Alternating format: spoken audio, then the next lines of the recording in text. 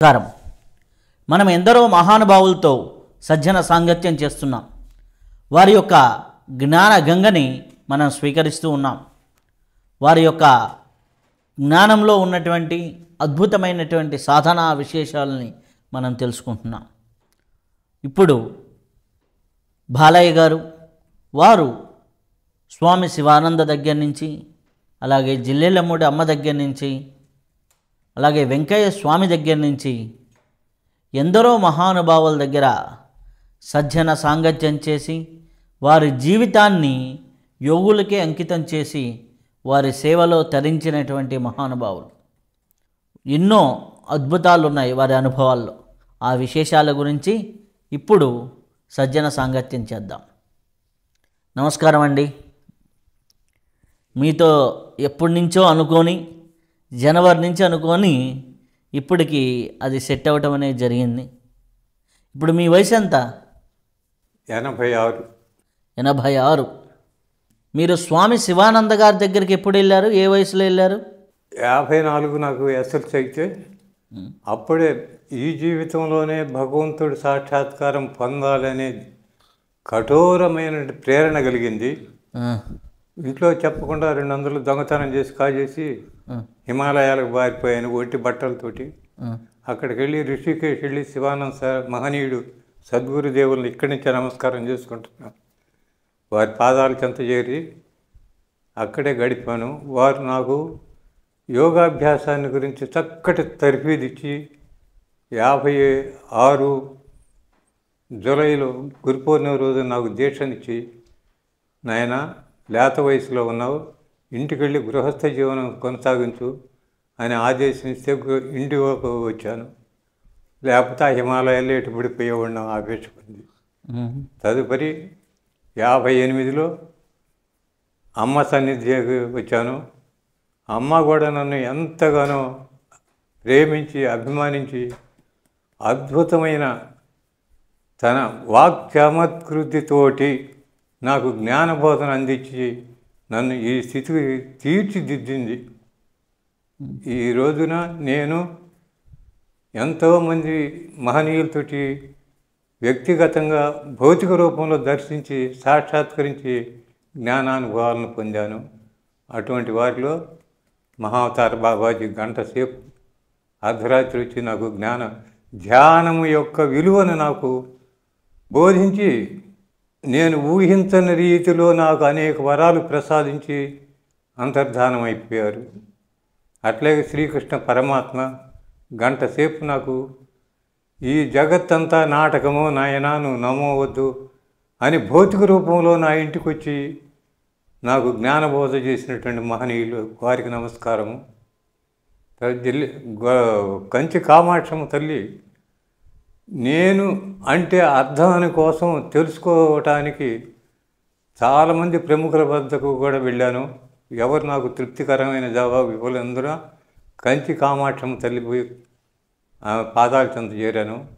ఆమె ఒక రోజున రాత్రి 8 గంటలప్పుడు ఆకాశ మార్గాన వచ్చి నాకు సాక్షాత్కరించి తన ఒడిలో నన్ను కూర్చోబెట్టుకొని నన్ను ఓదార్చి నాకు ఎంతో జ్ఞానబోధ చేసి, నాకు కుండలిని జాగరణ అనే విషయాన్ని మొట్టమొదట ఆ తల్లి చేతుల మీదుగా జరిగింది. నాకు తన చేతులతోటి తీసి నాకు చూపించింది. తర్వాత నేను ధ్యానంలో కుండలిని సర్పాన్ని నా సరహారం గుండా బయటకు తీసి నా ఒళ్ళో పెట్టుకొని గంట సేపు తృప్తిగా అనుభవించి, అమ్మా నేను తృప్తిగా అనుభవించాను, ఇక నీ దారిన నువ్వు వెళ్ళని నమస్కారం చేస్తే మరలా సహస్రారం గుండా దేహంలోకి వచ్చి ఆశీర్వాదమైంది. అట్లాంటి అనుభవాలు ఆ తల్లి నాకు ప్రసాదించింది. కంచి కామాక్షమ్మ తల్లి వచ్చి యేసుక్రీస్తు మహనీయుడు గంట సేపు నాకు జ్ఞానబోధ చేశారు.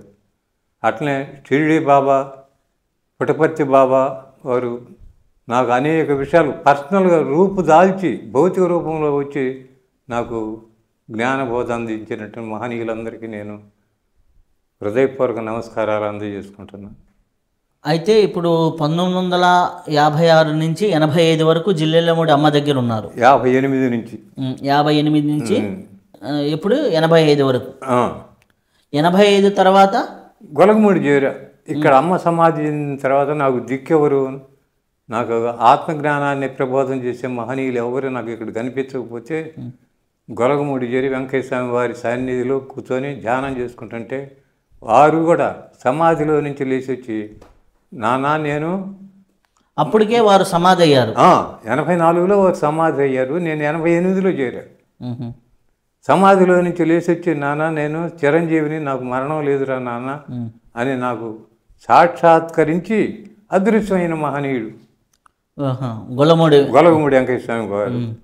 అక్కడి నుంచి వారి కుటీరంలోనే మేము భార్యాభర్తలు ఇద్దరం 2000 వరకు వారి సేవ చేసుకుంటూ అక్కడనే ఉన్నాం. ఆహా. ఆ తర్వాత ఇక నాకు కొన్ని పరిస్థితుల వల్ల వ్యవసాయం నా వృత్తి, ప్రధాన వృత్తి వ్యవసాయం సాగించి కుటుంబ పోషణ, పిల్లకాయల చదువులు అన్నీ నిర్వహించుకోవాల్సిన పని పడింది. అందువల్ల ఇంటికి వచ్చి ఇంటి దగ్గరనే నేను ధ్యాన కార్యక్రమాన్ని, ప్రక్రియను మాత్రం వదిలిపెట్టకుండా అద్భుతంగా జ్ఞానంలో జరబడిపోగలిగాను. అయితే మహావతార బాబాజీ ప్రత్యక్షమయ్యి ఏం చెప్పారు మీకు? అచ్చా, అద్భుతం నాయన, ప్రపంచానికి సందేశం కావాలా. నేను గాయత్రి అమ్మవారి ఉపాసకుల్లో ప్రధానంగా అభ్యాసం చేశాను గాయత్రి అమ్మవారిని.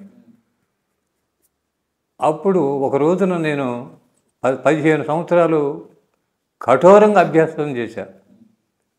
15 సంవత్సరాలు దాని తర్వాత ఎందుకో నా గదిలో కూర్చొని, అమ్మా నిన్ను నమ్ముకొని నేను ఏం బాగుపడ్డాను, భౌతిక రూపంలో పొలమమ్ముకున్నాను, ఆత్మజ్ఞాన విస్తరణలో నేను ఏ పాటి కృతకృత్యుడినయ్యానో నాకు మాత్రం అర్థం కావటం లేదు. నిన్ను నమ్ముకొని నేను సర్వం నాశనం అయ్యాను, నువ్వు తల్లివి కాదు, నీ బిడ్డను కాను అనే ఒక తల్లిని బిడ్డ ఏ విధంగా దూషిస్తాడో కఠిన పదజాలంతో ఆ విధంగా దూషించి, నువ్వు తెల్లవారే లోపల నాకు సాక్షాత్కరిస్తే సాక్షాత్కరించినట్టు, లేకపోతే ప్రక్కన బావి ఉన్నది, తెల్లారి తెలిగి నీ శవం ఈ బావిలో ఉంటానని పందెం పెట్టావు. ఇది ఏ సంవత్సరంలో? 83లో పందెం పెట్టుకున్నా. ఆ ఏడుపులో నిద్రలోకి జారిపోయి 1 గంట 1:15 అప్పుడు మంచం దగ్గర అలికిడయింది. కళ్ళు తెరిచి చూసేతలకి మహావతార బాబాజీ నిలబడి ఉన్నారు. లేచి వారి కాళ్ళు 2 పట్టుకున్నా. అప్పుడు నాకు 18 నిమిషాలు నేను ఊహించని రీతిలో నాకు అనేక వరాలు ప్రసాదించారు. 20వ నిమిషం వచ్చిన తర్వాత, నాన్న నా కాళ్ళు వదిలిపెట్టు, నేను వెళ్తాను అన్నారు. నేను వదిలిపెట్టను మహనీయ అని నేను అన్నా. ఏంటి నాయన అని నవ్వారు. మీరు నాకు నేను అడగక తలిగే ప్రసాదించిన వరాలన్నింటినీ నా జీవితంలో నేను ఇప్పటి నుంచే నేను అనుభవించాల, నాకు ఆ అవకాశం ఇస్తేనే నేను వదిలిపెడతాను మహనీయ అన్న. పకా నవ్వుతా, నాన్న అది కాదు విధానం, ఇప్పుడు నీకు నేను ఇచ్చిపోతా ఇప్పుడే నీ జీవితంలోకి, కానీ నీ స్నేహితులు, నీ బంధువులు ఎవరో ఒకరు ఏదైనా ఆపద వస్తే నేను ఇచ్చింది వాళ్ళకి ఖర్చు పెడతావు, నీకు మిగిలింది ఏమి లేదు. నువ్వు ధ్యానం చెయ్యి, నువ్వు ధ్యానంలో నేను ఉండి పైకి నిన్ను లాక్కుంటా. అప్పుడు నీకు ధ్యానంలోనే నీకు విచక్షణ దేనికి నీ శక్తిని ఉపయోగించవాలనో నీకు అర్థమవుద్ది. ధ్యానం వల్ల అంత బెనిఫిట్ ఉంది కనుక నువ్వు ధ్యానాభ్యాసం చేయి, నీ ధ్యానంలో నేను పైకి లాక్కుంటాను అని బ్రతలాడాడు. ఆ స్థితిని కూడా నాకు ఇప్పుడే నువ్వే కల్పించమని నేను వేడుకున్నా. ఎప్పుడో ధ్యానం చేస్తే ఏ స్థితి కలుగుతుందో ఆ స్థితిని మీరు ఇప్పుడే నాకు ప్రసాదించమని నేను అడ్డం తిరిగాను. ఇక నవ్వుతా, వీడు నన్ను వదిలిపెట్టలే అనుకున్నాడు. 2 చేతుల్లోనే నేను పాదాలు పట్టుకొని ఉంటే నా చేతల్లోనే అదృశ్యం అయిపోయారు. ఇక నా ఆనందంలో తెల్లవారిన దాకా గంట సేపు పట్టింది. 1:05, 1:10 మా సంభాషణ.